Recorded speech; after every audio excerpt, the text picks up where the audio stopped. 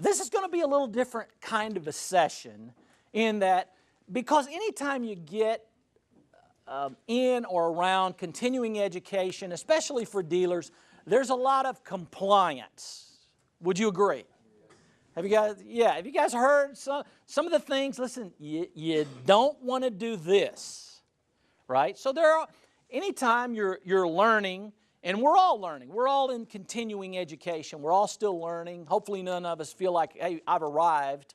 I even spoke with some of you guys earlier at the break and telling me about your experience, how many years experience you have. You know, this is a marketplace that doesn't really care much for experience. And what I mean by that is what worked once upon a time doesn't necessarily work today. In fact, in many cases, it's almost a guarantee that it won't work because everybody's figured that part out.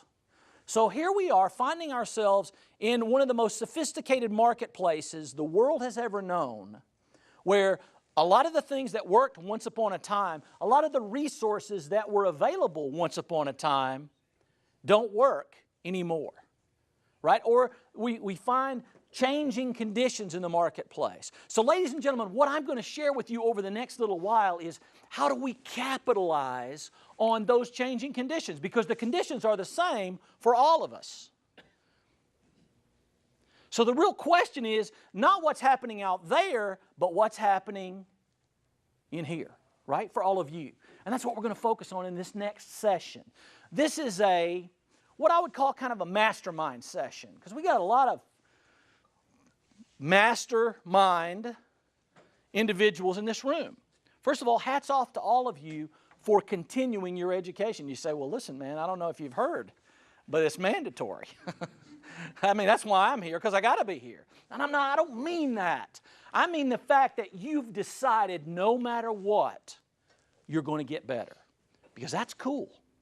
And let me tell you, a lot of people have passed on that decision even though it is required of them.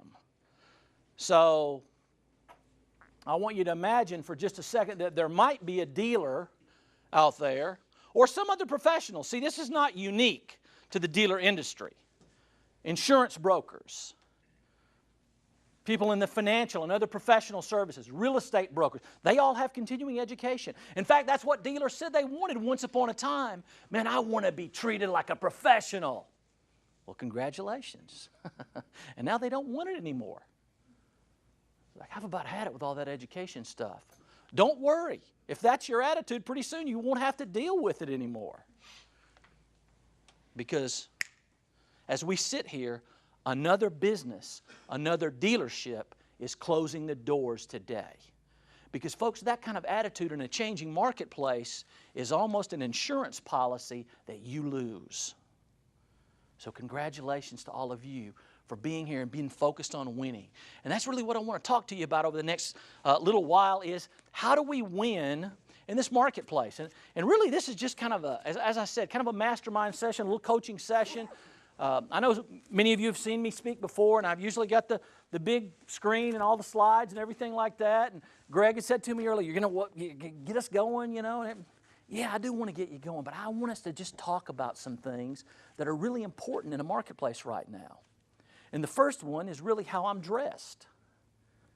Because I know most of you guys haven't thought anything about it, but some of you ladies are going, would you look at what he has on?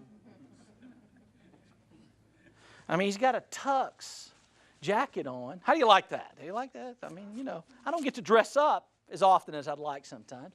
And then he's got his jeans on, but he's got an Oxford shirt. Actually, push in close on that, Chris. Can you get that? It's Gill's Onions. That's my Gill's Onions logo right there, right? Because you never know what clients will give you sometimes. I mean, they just give stuff to you. But it's kind of a cool shirt. It's kind of nice. It's sort of business casual, you know. So I'm covered. I'm casual. I'm business casual. I'm formal. And oh, by the way, I'm a little sporty too. Like a lot of dealers in the marketplace. We don't really know what we are. We got a little something for everybody. What do you need? What are you looking for today? Looking for a big old honking truck? Because we got one of those. How about a little sporty drop top? We got a couple of those too. Guys, I'm telling you, if you don't know what you are, how do you expect the marketplace to know what you are or even care? And that is the challenge that we have today. If you don't know who you are, how does the marketplace know who you are? And what are you really focused on today? Because that's really important. I speak 40, 50 times a year. This year, all over the country. I've had the opportunity to speak a couple times in Las Vegas. I was out there for the Buy Here, Pay Here event back in May. NIADA again this year. I served as Master of Ceremonies for the National Quality Dealer of the Year Awards, which is just an awesome opportunity that I'll speak about a little bit later on. I was in Atlantic City, Montana, in Savannah. Just spoke at Disney World with the Florida Association there. So I get the chance to interact with a lot of dealers, sit down with a lot of dealers, a lot of individuals just like you, hear what their concerns are, hear what they're excited about. And those are things that we all, we have to talk about. But here's the big question. First of all, what are you focused on in the marketplace today? What would you say most people are focused on today? Business owners, dealers? Survival. Survival, CN says, yeah. Gas mileage. Gas mileage, okay. And that's even changed here recently, right? I bought it for $1.98 last week. So that's exactly what we're talking about, is the changing conditions in the marketplace that we adjust to. But I read a book not long ago. I don't know how many of you guys are readers. You say, Michael, listen, I got a lot of stuff to do, man. I don't read many books. You got to make time for that continuing improvement. That's really what we're doing here. Folks, the learning curve is steep today because things are changing so rapidly. And the cool thing is we have access to all this information. Some of the greatest minds in the history of the world have either written a book or had a book written about them and how they do it. And that's cool. Now you have to sort through the good, the bad, the stuff I don't need.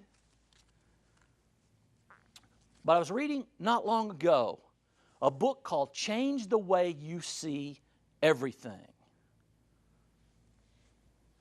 And that's what I want to challenge you. Change the way you see blank. You fill in the blank. The car business, the marketplace, the customer, whatever. You fill in the blank. I'll leave that part up to you.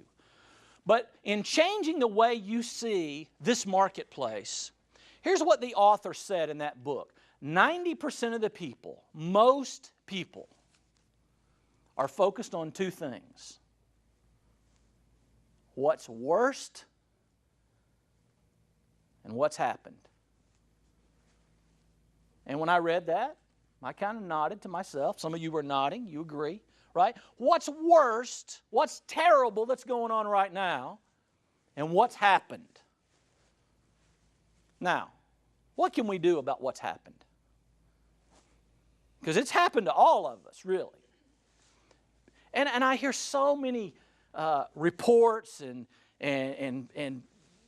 people talking about things at the auction. They got their heads down. They're woe is me and all that kind of stuff. Let me just ask you this question. Folks, if you're down on America, where would you go?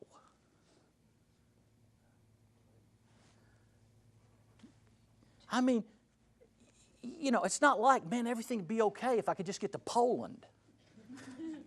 No, this is the place the world wants to play. Some people think it's China. You should go there, find out.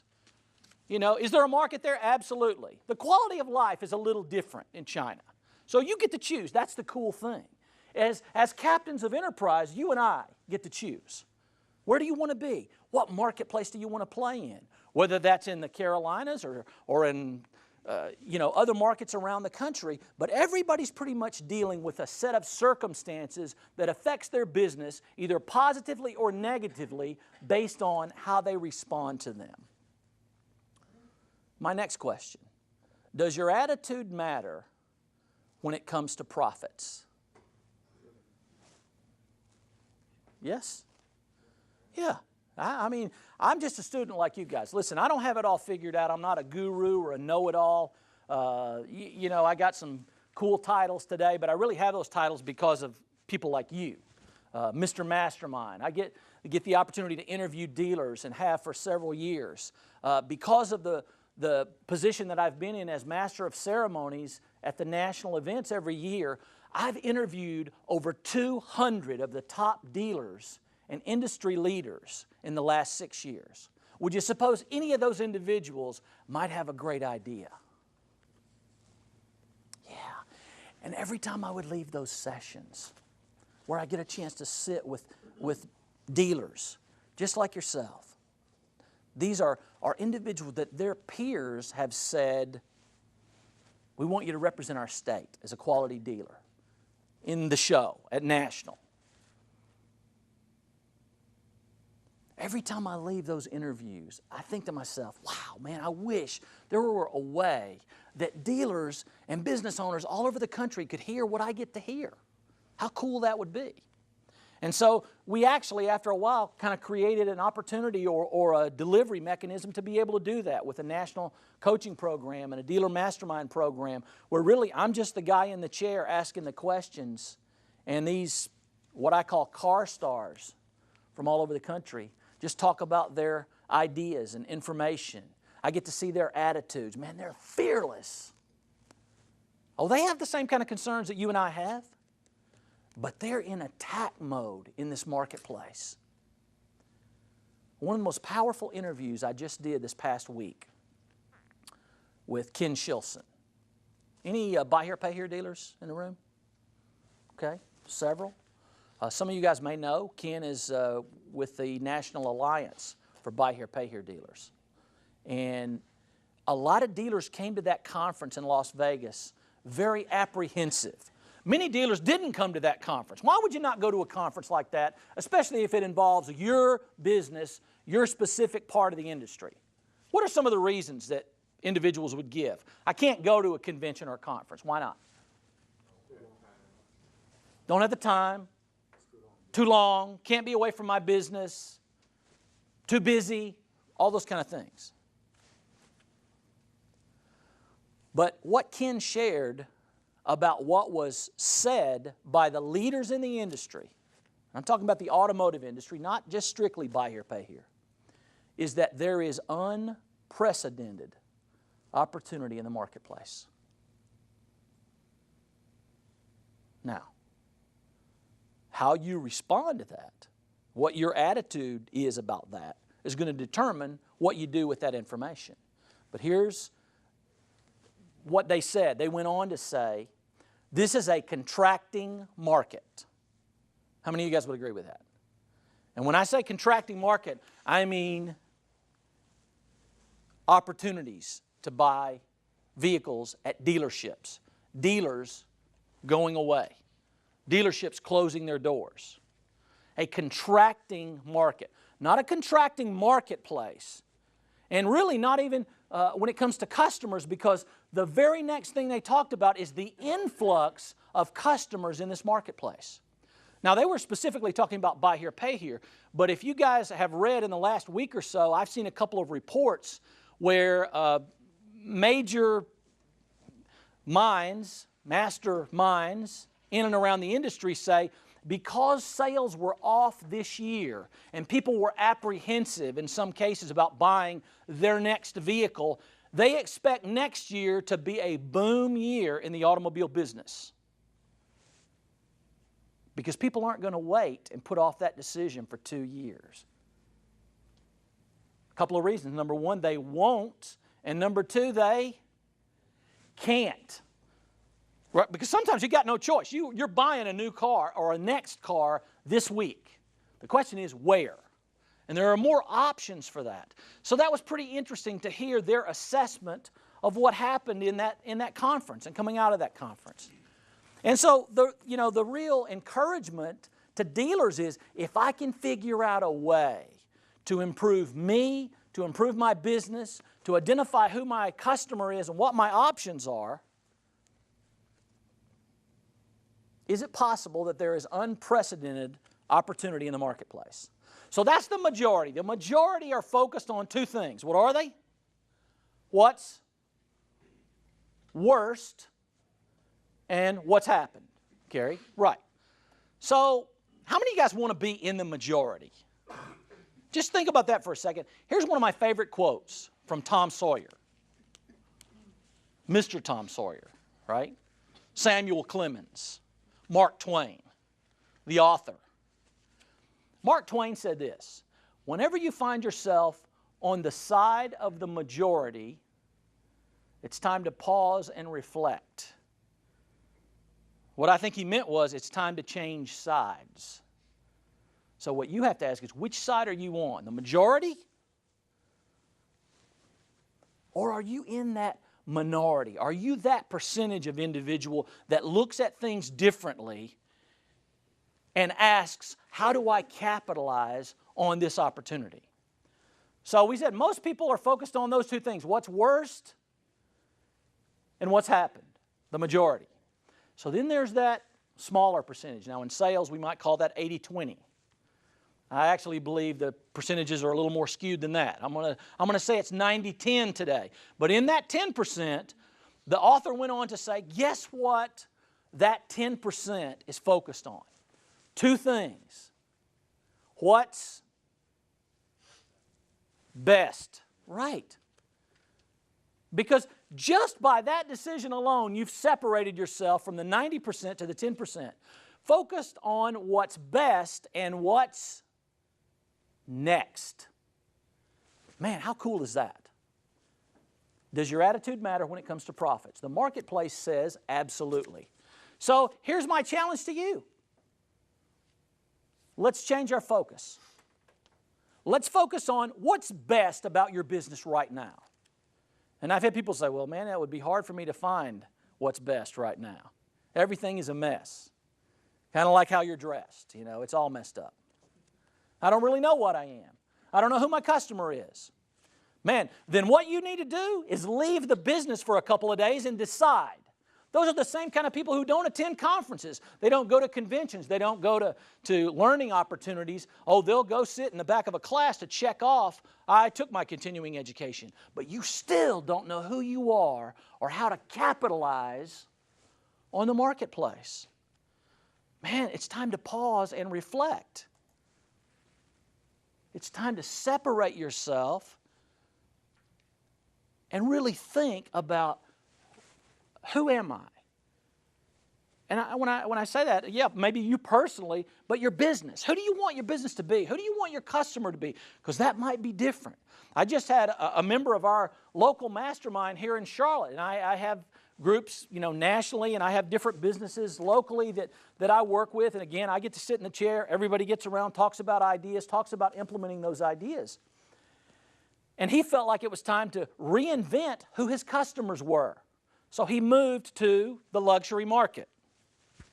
That would mean I might just come out in the full tux, right? Because there's a time to be formal. There's a time to move to that end. Can I tell you that in the luxury market, there's been very little drop-off. In fact, there's been a slight increase in purchasing goods, services, vehicles. You still see them on the road? Any guys from the Charlotte area? Around in Charlotte? Yeah. Anybody been over at South Park lately? Like the Villages right outside the mall there? I just happen to be there because one of my clients is over there, so I'm over there a lot. There's some Highline vehicles over there. Right? You say, well, Michael, that's not what we do. That's cool. But somebody's doing it. Somebody is specializing and capitalizing on a certain segment of the market. Because if you're trying to be everything to everybody, then really you're not anything to anybody. And this market will be very harsh in passing judgment on you. That's just what I found as a student. I'm just trying to pay attention. So what we want to do is focus on what's best about our business and what's next. Because that's really changing the segment of sellers that we're in. Now, what would that mean? What would that mean for some of you to focus on what's best? What's best about your business right now? Is there something that you can think of? Say, man, I really like this part of my business. That you're still in business. Okay. That's a good thing, right? You're still here. I was walking around at the last break and just talking to a few of you guys. And so I walked up and started talking to Jeff because he was wearing the John name tag. And so we started talking about that. But then we started talking about his business and the fact that, Jeff, you're a third generation dealer. Right. Well, we're a dealer, but we're a salvage yard. And your son is a Fourth generation. And we have a 5th generation coming in January. Congratulations. So when you hear that, now that's not, you don't hear that, a 4th generation. But the cool thing is when I talk to dealers in a mastermind setting, we talk about this in the dealer mastermind, that one of the things that I've said, I think it's even on the banner up here, because it's a quote that gets attributed to me a lot in the mastermind circles, is one of the most expensive things in the marketplace today is ignorance. And folks, in many cases, that is a self-imposed ignorance. That is the person who says, I don't have time to go to a conference, I don't have time to read, so basically you've chosen a limited scope of knowledge or ideas or information. That's why I say it's expensive, it's costly. But the most profitable thing in the marketplace is the implementation of new ideas. And Jeff, that's what you and I started talking about, new ideas specifically with your son. That's right. Because he's very computer literate. Very much so. Now, and that's in contrast a little bit to your skill set, Almost right? none. Yeah. I can get it on and off, but that's about, and a few things that I need to know how to do. But other than that, he takes care of the rest. I mean, any little thing that pops up doesn't bother him. He doesn't sweat. He just handles it. And you said the difference between some of the things that you hear as ideas and some of the things that he hears